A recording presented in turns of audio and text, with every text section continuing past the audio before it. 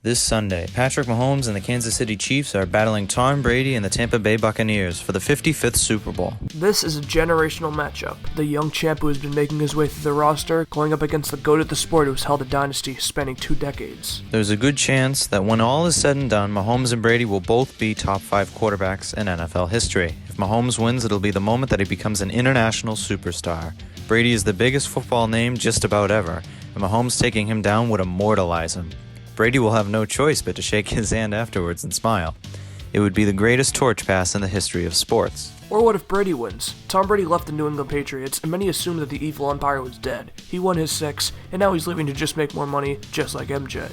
However, he defied many expectations and made the Super Bowl, defeating teams such as the Saints, Packers, and even the heroic Taylor Heineke. He has the chance to crush the best quarterback of the last 3 years and cement himself as one of the greatest sports figures of all time. There would be nothing to compare him to if he wins on Sunday. We never got to see Michael Jordan versus LeBron James, we never got to see Bobby Orr versus Wayne Gretzky, and we never got to see Babe Ruth versus Barry Bonds, but in 2 days we're going to be able to see Tom Brady versus Patrick Mahomes. This isn't going to be pretty, but it's gonna be good. Now time for predictions. As someone who's proud to have predicted 5 straight Super Bowls, I am predicting a win for the Kansas City Chiefs. Patrick Mahomes is at the peak of his excellence, surrounded by the most weapons out of any quarterback. Travis Kelce is the perfect tight end for the Chiefs system. If he is able to play, Le'Veon Bell is going to cook any team he is up against. And I refuse to say anything good about Tyreek Hill. Many would argue that it's idiotic to bet against playoff Brady, but at this point, you could say the same about the Chiefs. Who could forget when the Chiefs beat the Texans by 20 after beginning the game 0-24?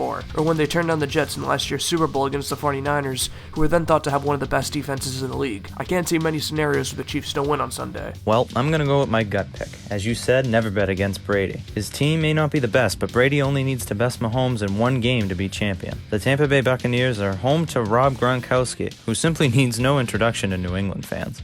He also has a great trio of receivers in Chris Godwin, Mike Evans, and Scotty Miller.